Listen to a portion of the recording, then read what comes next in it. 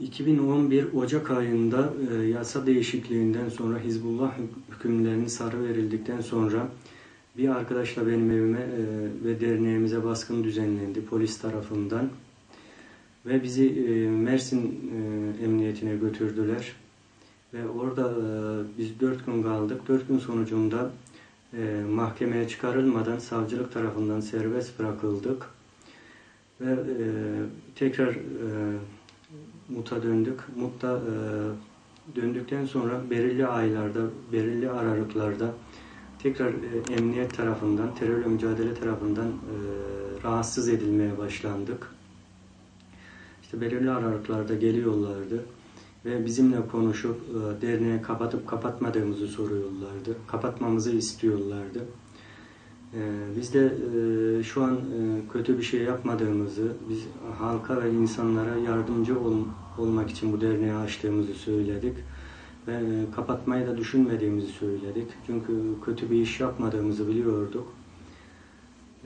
Ve bize bu yani belirli aralıklarda bizi yıldırmak için, bizi derneğimizi kapatmak için geliyorlardı. Bir defasında yine geldiler. İşte bizimle konuştular, benim kendimle konuştular ve bana kendileriyle çalışmamı söylediler. Yine bir akşamüstü iş çıkışı yine iş yerime geldiler ve ben iş çıkışı motoruma bineceğimde işte benimle tekrar konuşmak istediklerini söylediler. Ben ısrarla kendilerine konuşacak bir şeyin olmadığını söylememe rağmen İşte illa beni ziyarete geldiklerini söylediler. Ben dedim illa kendileriyle konuşmak istemediğimi söyledim. Bu arada biraz konuştuk. İşte bana kendileriyle çalışmam için teklifte bulundular. Ve ben bunu ısrarla kabul etmediğimi söyledim. Ve biz burada yani gizli bir şey yapmadığımızı, her şeyimizin açık olduğunu, dernek faaliyetlerimizin sürdüğünü söyledim. Ve hatta Cuma günü akşamları sohbet programlarımızın olduğunu söyledim ve kendilerini de davet ettim. İşte orada arkadaşlarımızı daha iyi tanımalarını, bizi daha iyi tanımalarını ısrarla söylememe rağmen derneğimize gelmek istemediler, gelmeyi kabul etmediler. Ve ben bunu ısrar etmeme rağmen reddettiler ve benden başka kimseyle gözükmek istemediklerini söylediler. Ben de dedim kendilerine daha fazla bir bilgi veremeyeceğim. Çünkü başka bizim bir bilgimizin olmadığını, her şeyin açık olduğunu net bir şekilde söylememe rağmen bana bu teklifi sundular ve kabul etmedim. Ve ben kabul etmedikten sonra yanlarından ayrıldım ve evime geldim. Hastane çıkışı benimle yüz yüze görüştükten sonra birkaç gün sonra tekrar beni telefonla aradılar. Bu sefer ben kendilerine konuşmak istemediğimi, yüz yüze konuşmak istemediğimi söyleyince beni birkaç gün sonra yine tekrar telefonda aradılar. Ve telefonda emniyete gelmemi söylediler. Ve ben emniyete gitmek istemediğimi söyledim. Gidersem de arkadaşlarımla geleceğimi söyledim. Ve ısrarla beni yalnız çağırdılar. Ve ben tekrar onlara kendileriyle görüşecek bir şeyimin olmadığını söyledim ve kendilerinden rahatsız olduğumu dile getirdim. Ve bu rahatsızlığımı ben savcılığa bildireceğimi söyledim kendilerine. Ben bu savcılığa bildireceğimi söyledikten sonra ellerinde benimle ilgili kasetler olduğunu söylediler. Yani çirkin kasetler olduğunu söylediler. Ve ben savcılığa gittiğimde bu kasetleri benim bağlı bulunduğum cemaate, arkadaşlarıma göndereceklerini söylediler. Ve ben de varsa ellerindeki kasetleri gerek medyaya gerekse arkadaşlarıma göndermelerini söyledim. Ben böyle söyleyince işte bu kasetlerin benim ailemle kendi aramda olduğunu ve bu konunun kapanmasını söylediler. Ve ben de ısrar ettim. Benim dedim bu konuda bir kasetim varsa ben bunun hesabını Allah'a ve eşime vereceğimi söyledim. Ve yine tekrar ettiler. İşte bu senin ailevi meselen bizi ilgilendirmez dediler.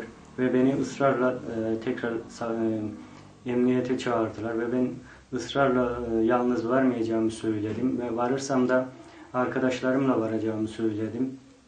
Ve beni ısrarla emniyete yalnız gelmem için teklifte bulundular. İşte vardığımda arkadaşlarım benim kasetlerimi görürse işte mahcup olacağımı söylediler. Ben yine ısrar ettim. Arkadaşlarım benim kasetlerimi görmelerinde bir sakınca olmayacağını ben söylememe rağmen işte gelirse dahi arkadaşlarım işte emniyete gelmemelerini, bahçede durmalarını söylediler. Ve ben yalnız kesinlikle kendileriyle görüşmeyeceğimi bildirdim. Ve bu konuşma biraz devam etti. Beni ısrarla yani yalnız görüşeceğimi ısrar ettiler. Ve ben ısrarla bunu kabul etmedim.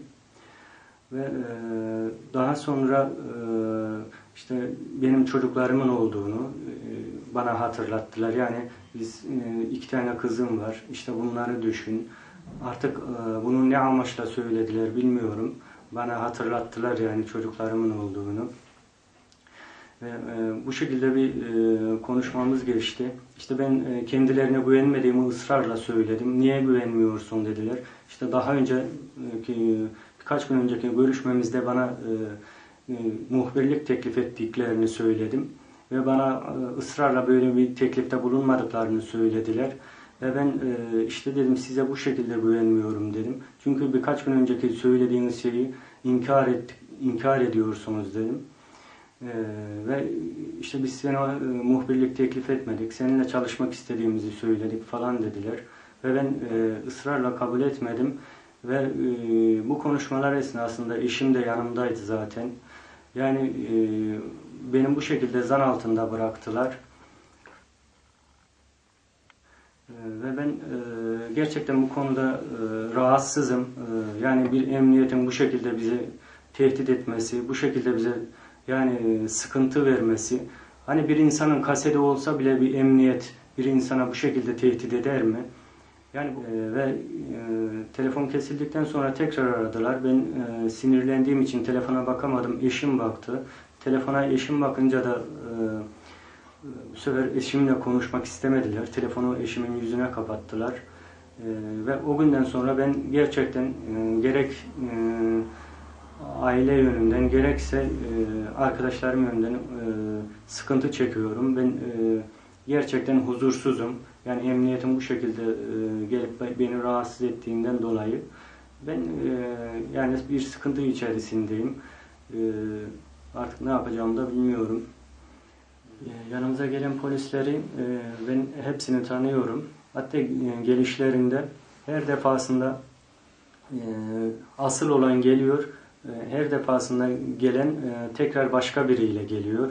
Yani her geldiğinde polis başka bir polisle geliyor. Hatta bizim İslami hassasiyetimizi bildiklerinden dolayı yani böyle yanımıza gelen böyle dürüst sakallı yani namazlı abdestli polislermiş gibi geliyorlar. Yani bize daha yakın olmak için. Ve bu polislerin ben görsem hepsini biliyorum, tanıyorum. Görsem de tarif ederim yani. Ve bu kişiler beni aradıklarında telefon numaralarında kaydettim. Hatta aradıkları tarihi, saati hepsini not aldım. Ve bana ne söylediklerini, benden ne istediklerini hepsini ben not aldım. Ve tek tek de notumu da saklıyorum. Herhangi bir şey olduğunda yani ben bunu gerekirse savcılığa da vereceğim. Böyle bir sıkıntı olduğunda kendilerini de şahsen iyi biliyorum, iyi tanıyorum. Yine görüşmemizde kendilerinde benim müsteşren görüntülerim olduğunu yani pornografi görüntülerim olduğunu söylediler. Beni bu kasetle tehdit ettiler. Bu kaseti bana kendilerine arkadaşlarımın çekip kendilerine arkadaşlarımın gönderdiğini söylediler. Yani hem burada olmayan bir kasetle hem arkadaşlarımı suçluyorlar hem beni suçluyorlar. Yani benim arkadaşlarımın böyle bir şey yapacağını ben düşünmüyorum. Zaten yok. Yani burada hem arkadaşlarımı zan altında bırakıyorlar hem beni zan altında bırakıyorlar. Hem benim arkadaşlara bakış açımı değiştirmeye çalışıyorlar. Yani arkadaşlarımla benim arama fitne sokmaya çalışıyorlar. Yani bu şekilde arkadaşlarımla benim aramı açmayı düşünüyorlar. Eşim gözaltına alındıktan sonra eşimi hala rahatsız etmeye devam ettiler. Arada sırada gelip işte muhbirlik teklifinde bulundular. Eşim kabul etmedi. Sonra aradan biraz zaman geçtikten sonra tekrar yine geldiler. İşte eşime muhbirlik teklif ettiler. O kabul etmediği için tekrar yani rahatsız ediyorlar. İşte kasetle falan tehdit ettiler. Zaten eşimin yanındaydım bu arada. Telefonda ben de duyuyordum zaten. Eşim de kabul etmiyor. Yani öyle bir kaset varsa işte verin, medyaya verin diyor eşim zaten. İşte Müslüman kardeşlerimize vereceğini söylüyorlar. Eşim yine kabul etmiyor zaten. Verirseniz verin, isterseniz medyaya verin. Kabul etmiyorum bu iftiranızı diyor. Siz bana işte muhbirlik teklifinde bulundunuz. Kabul etmediğim için böyle bir şey yaptınız falan diyor. İşte o süre zarfında telefon kesildi zaten. Tekrar aradılar. Bu sefer yani ben açmak istedim telefonu ve açtım telefonu. Cevap vermediler. Sonra da zaten tekrar da aramadılar bu şekilde.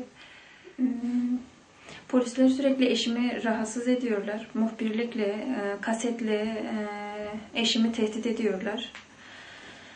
Ben eşime güveniyorum. Böyle bir kaset olmadığına da inanıyorum. Eşimin arkasındayım. Zaten bu dernek de yasal bir dernek. Eşim de bu derneğin başkanlığını sürdürüyor. Yani poliste böyle bir şey varsa bile neden eşimi gelip uyarmıyorlar da gelip tehdit ediyorlar? Yani ellerinde bir kaset olduğunu söylüyor. Zaten böyle bir kaset yok. Onu da biliyorum. Neden böyle bir şey yapıyorlar biz de anlamıyoruz. Ve ben polislere hiç güvenmiyorum. Benim güvenim sarsıldı zaten polislere karşı. Ve ben bir kapı çalmak istediğimde yani gidip polisin kapısını çalamayacağıma inanıyorum. Hiç çünkü güvenmiyorum. Ve eşimin arkasındayım. Her zaman olduğu gibi götürüldüğümde de zaten arkasındaydım. Şu anda arkasındayım. Yine gelseler, yine tehdit etseler yine ben eşime güveniyorum, sonsuz güveniyorum, arkasındayım. Ve polislerin böyle bir şey yaptığına da inanamıyorum. Bizim için çok sıkıntılı bir süreçti.